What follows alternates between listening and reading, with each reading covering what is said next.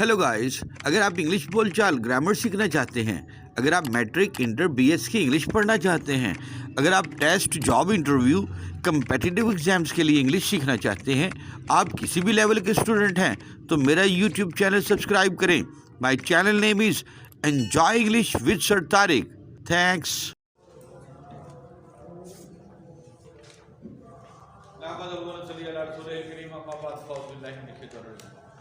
Students, आज हम verb के बारे में डिस्कस करेंगे और वर्ब के यूजेस।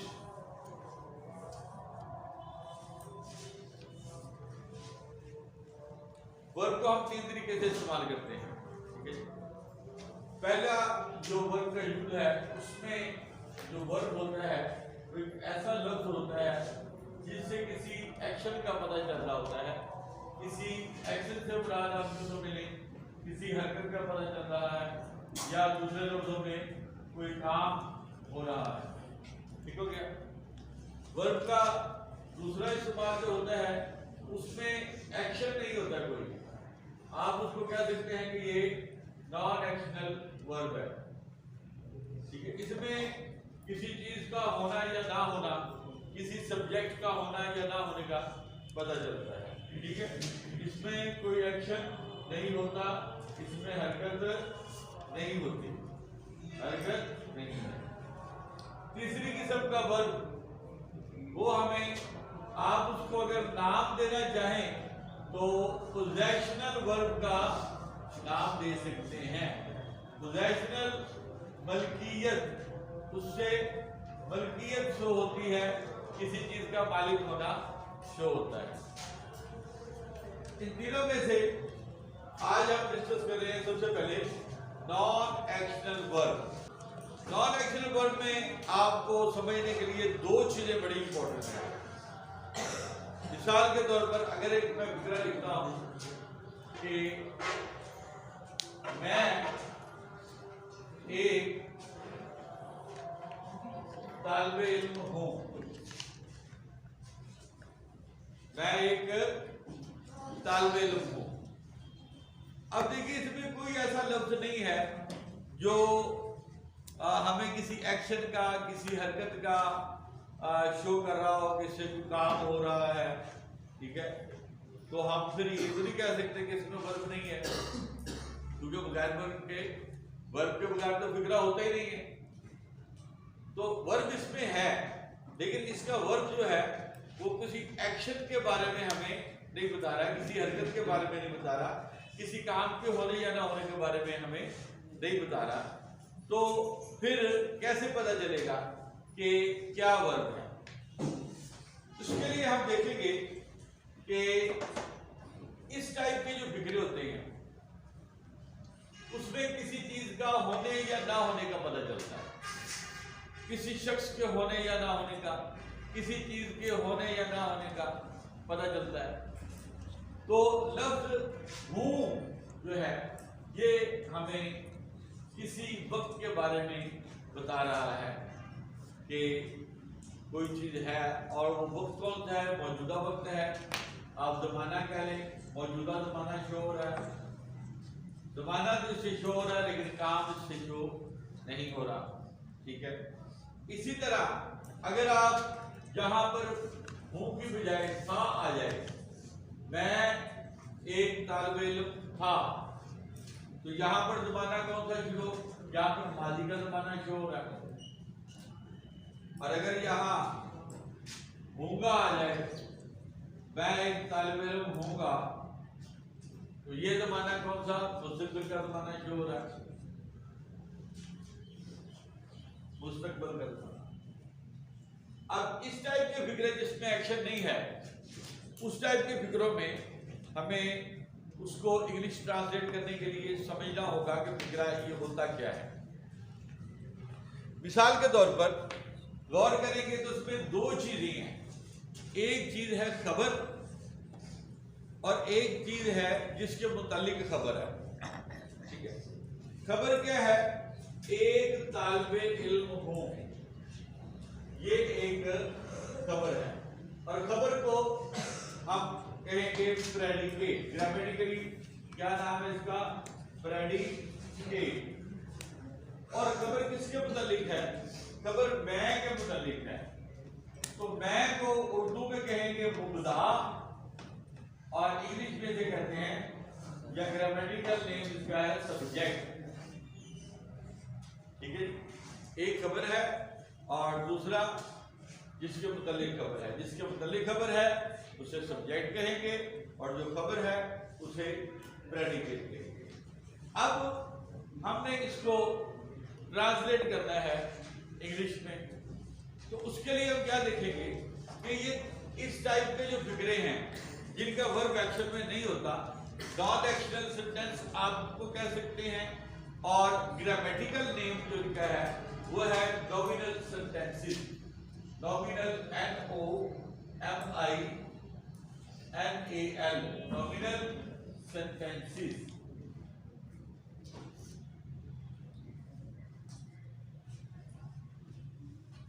अगर तो ये मौजूदा जमाने में है तो यहां पर हमने जो वर्ब यूज करना है वो इज, एम या आर। अगर माजी में ये है तो फिर हम इसके लिए यूज करेंगे वर्ब वाज या वर।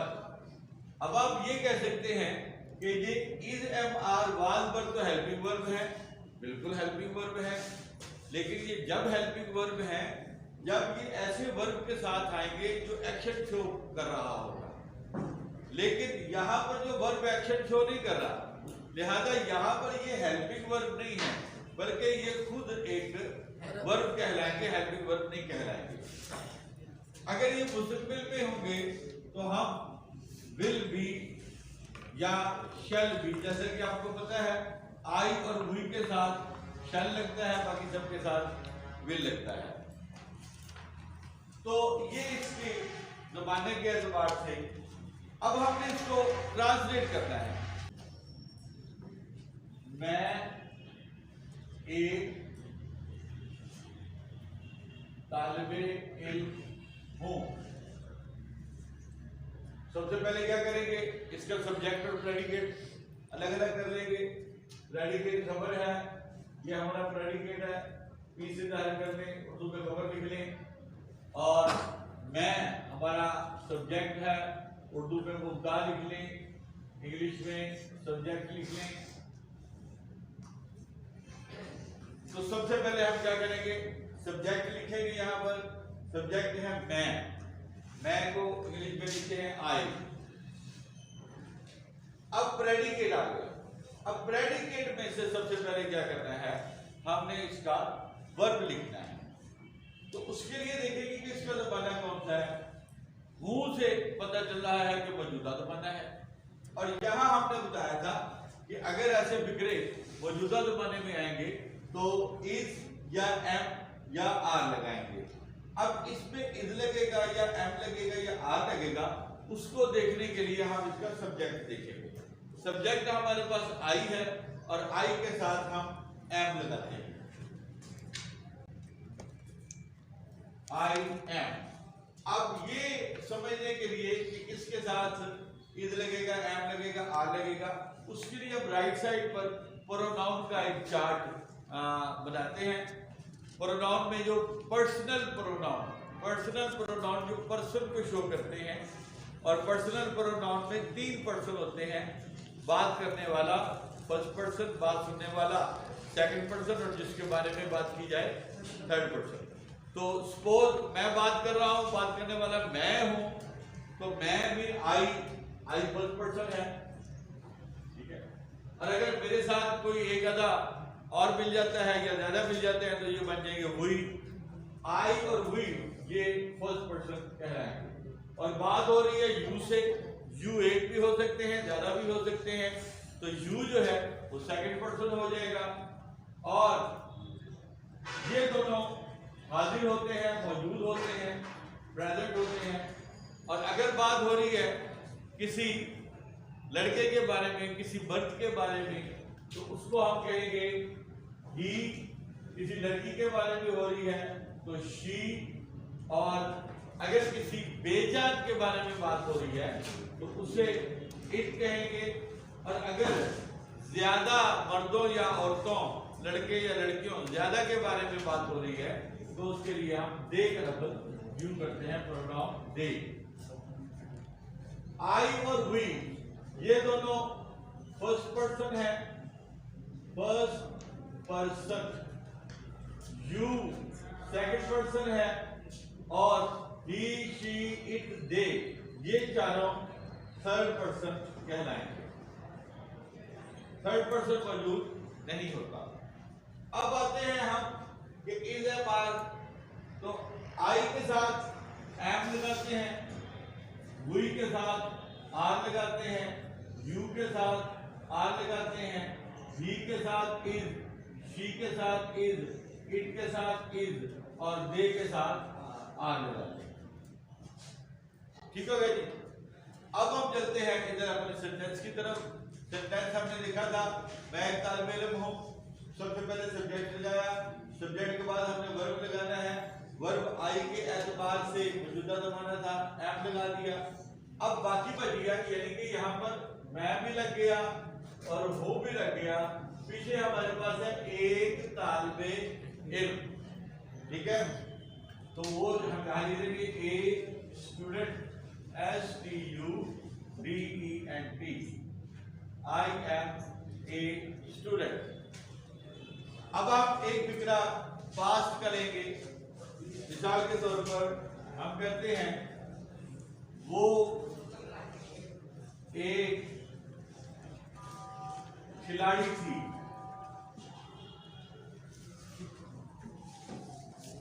वो एक खिलाड़ी थी।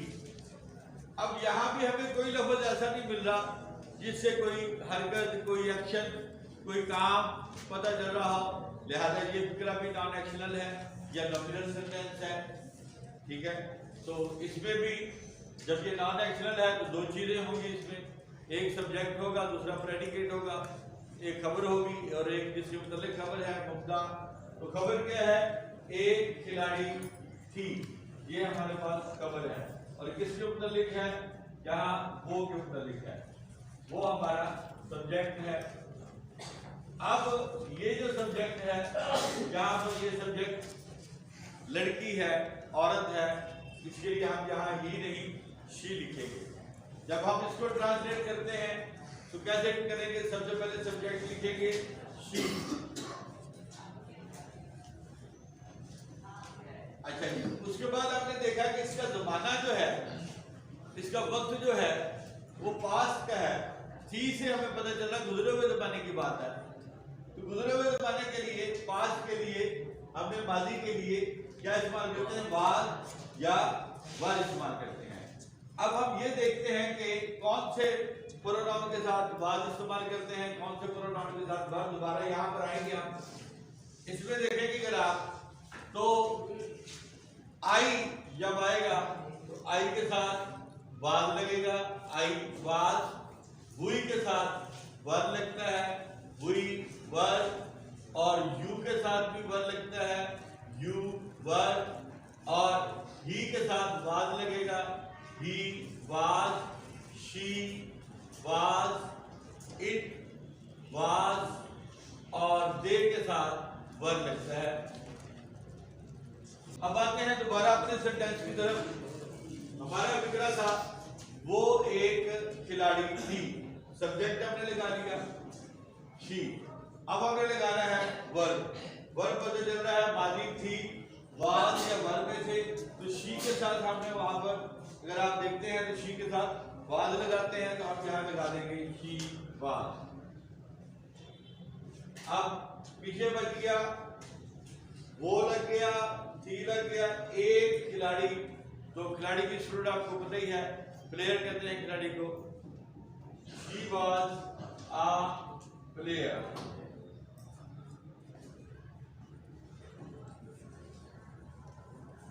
ठीक हो गया जी। अब हम चलते हैं इसी जो नॉमिनल सेंटेंस है इसकी एक और एग्जांपल लेंगे जिसमें हम फ्यूचर का बारे में हम शो करेंगे, ठीक है। सलीम मेरा दोस्त होगा, तो इसमें कोई एक्शन नजर नहीं आ रहा, कोई काम नजर नहीं आ रहा, लिहाजा ये फिक्रा नॉमिनल सेंटेंस है, नॉन एक्शनल सेंटेंस है। अब देखेंगे ज़माना कौन सा है। होगा से पता चल रहा है मुस्तकबिल का ज़माना है, लिहाजा अगर मुस्तकबिल का ज़माना है और नॉमिनल सेंटेंस है तो विल बी और शैल बी यूज करते हैं। ठीक है, जैसे कि वहां आपको बताया था। यहां हम देखते हैं आई और वी, इनके साथ हम शैल यूज करते हैं और बाकी सबके साथ विल इस्तेमाल होता है। You will, he will, she will, it will, they will, I shall, we shall, ये ध्यान में रखिएगा। लेकिन आजकल जो नया ट्रेंड है उस ट्रेंड के मुताबिक जो है सबके साथ विल ही लगा देते हैं, शैल कोई जरूरी नहीं है, लेकिन बहरहाल दोनों तरीके चलते हैं। अब तवज्जो करते हैं जी सेंटेंस की तरफ। सबसे पहले क्या तलाश करना है, इसमें सब्जेक्ट और प्रेडिकेट निकालना है। तो खबर क्या है, मेरा दोस्त होगा, ये हमारा प्रेडिकेट है, ये हमारी खबर है। किसके बारे में है, सलीम के बारे में है। सलीम हमारा सब्जेक्ट है या मुबदा है। तो सबसे पहले हम लिखेंगे मुबदा, वो आगे जी सलीम। अब हमने देखना है कि क्योंकि फ्यूचर का जमाना है तो विल भी या शैल भी लगाना है।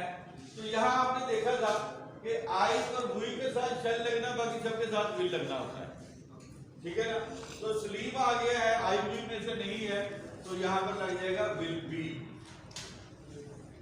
सलीम विल बी, सलीम हो गया, होगा हो गया, पीछे रह गया मेरा दोस्त। मेरे दोस्त की इंग्लिश आपको पता है, माय फ्रेंड।